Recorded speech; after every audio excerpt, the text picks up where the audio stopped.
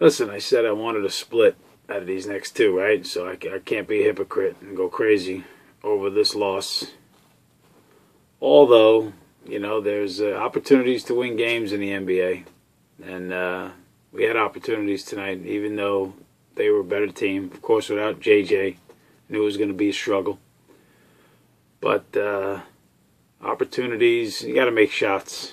You know, we missed open shots down the stretch. A lot of things to point out today.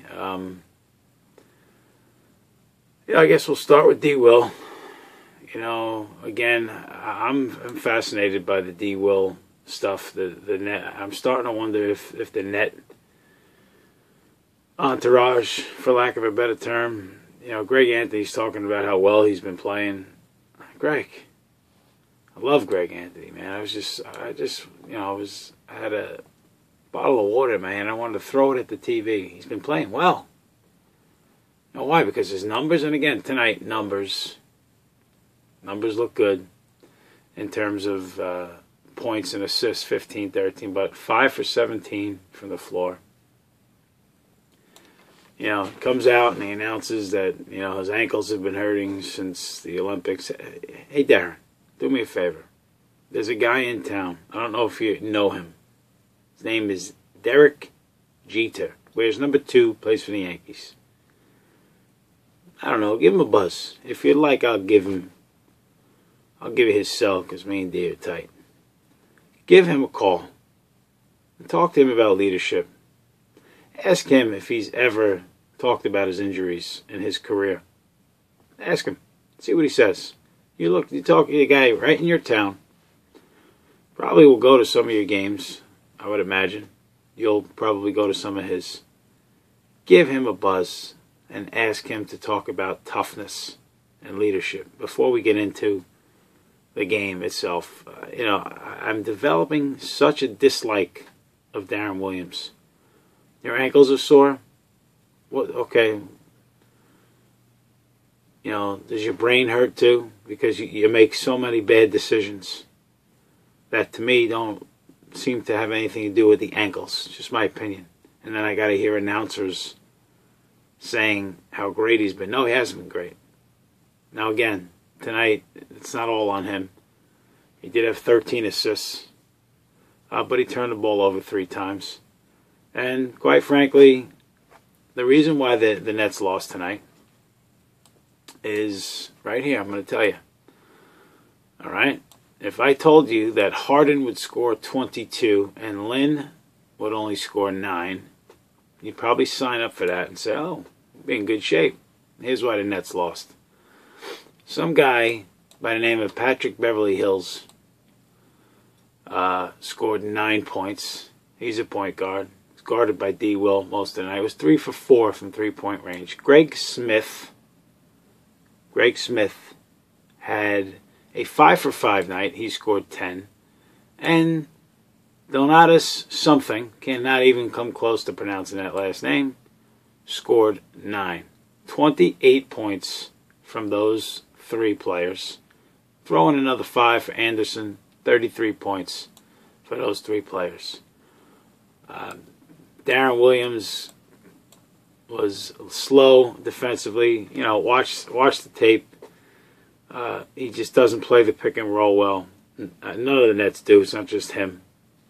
We go underneath screens on every pick and roll, and guys get open shots. They made 16 friggin' threes, did Houston. 16 for 30. I mean, it's embarrassing. I mean, it's embarrassing. You know, Carlos Delfino, I mean, a good player, great shooter. 8 for 14 from the floor, but they're 6 for 9 from three-point range. I mean, I don't know how does, and none of these they're uncontested three-point shots. That's why the Nets lost the game. There was a turning point, I thought, in the game. Third quarter, Nets come all the way back and tie it. Gerald Wallace is going out of bounds, and he throws the ball off of, I think it was Delfino. Or Parsons, I think it might have been. The referee calls a jump ball. I don't know if you remember this. Key play in the game, I thought. Houston wins the jump, and with like 2 seconds left on the shot clock, oh boy, what else is new? I believe it was Delfino or whoever in the corner for a 3. And we never got closer. We got to within 3 a couple times.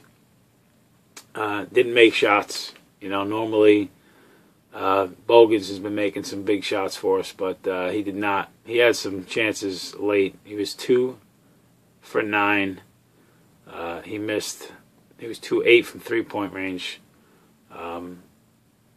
I thought he was a critical non-performer tonight. Thought he got a little rattled by Harden, who I really don't like. I really like to punch him in the face. I just don't like him.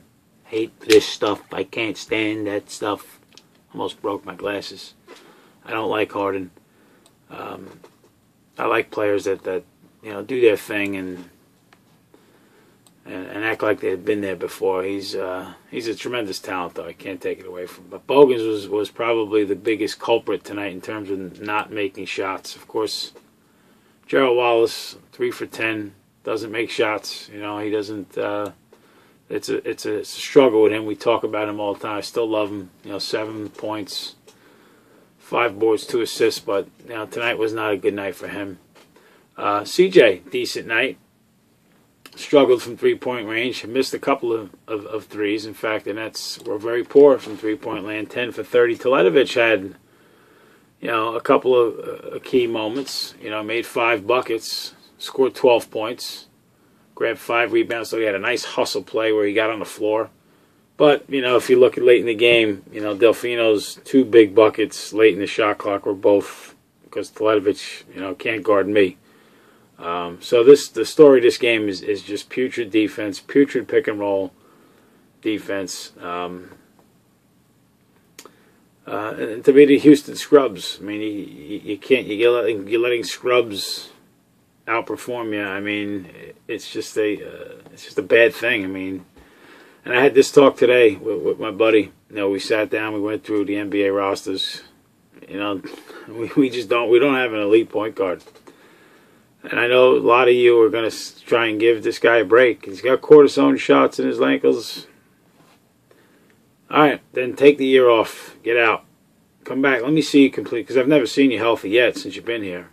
Maybe there's something to that. Maybe there's another reason why you're always hurt. I don't know. But to me, you know, we did it today with my buddy, 15th. We had him ranked as the 15th best point guard in the league. 15th. That's not the 15th salaried point guard, 15th best. You know, listen, Houston's a better team, especially without Johnson. They're a better team.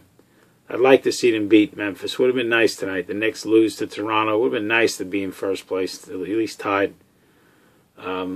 Just couldn't make shots and couldn't get stops. In the end, that's it. You can't make shots and get stops, you're going to lose. I mean, I'm looking at the statistics. 44% overall for them.